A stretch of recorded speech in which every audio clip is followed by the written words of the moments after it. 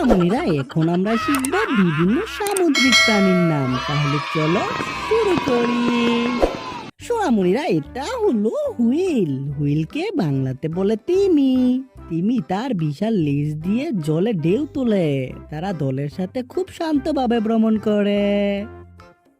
সোনামণিরা, এটা হলো অক্টোপাস। অক্টোপাসকে বাংলাতে বলে অক্টোপাস। অক্টোপাস তার 8টি বাহু দিয়ে জিনিস ধরতে পারে। রং বদলে লুকিয়ে থাকতেও সে খুবই দক্ষ। সোনামণিরা, এটা হলো ডলফিন। ডলফিনকে বাংলাতে বলে ডলফিন। ডলফিন লাফ দিয়ে পানির উপর উঠে আবার নিচে নামে। তারা খুব খেলুড়ে এবং বন্ধুসুলভ প্রাণী। বাচ্চারা, এটা হলো শার্ক। শার্ককে বাংলাতে বলে হাঙর।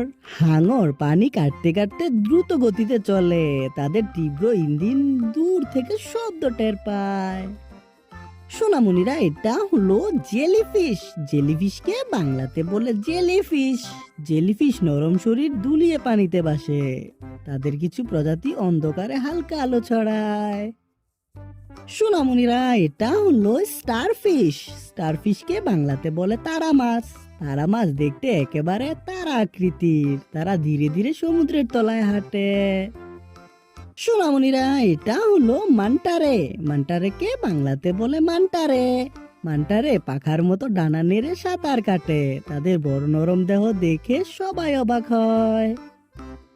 সোনামণিরা, এটা হলো ইল। ইলকে বাংলাতে বলে ইল। ইল সরু শরীর কুঁচকে সামনে আগায়। তারা পাথরের ফাঁক ফুকরে লুকিয়ে ভালোবাসে। সোনামণিরা, এটা হলো পেঙ্গুইন। পেঙ্গুইনকে বাংলাতে বলে পেঙ্গুইন। পেঙ্গুইন দুলে দুলে বরফের উপর হাঁটে। তারা পানিতে দ্রুত সাঁতার কাটতে পারে। সোনামণিরা, এটা হলো সি টার্টল। সি টার্টলকে বাংলাতে বলে সামুদ্রিক কচ্ছপ। সামুদ্রিক কচ্ছপ ধীরে ধীরে কিন্তু চিরস্থায়ী চলে। তারা সমুদ্র সৈকতে এসে ডিম পাড়ে। সোনামণিরা, ভিডিওটি কেমন লাগলো? ভালো লাগলো অবশ্যই লাইক করে দিও আর বন্ধুদের সাথে শেয়ার করে দিও। দেখা হচ্ছে পরবর্তী ভিডিওতে। Bye bye.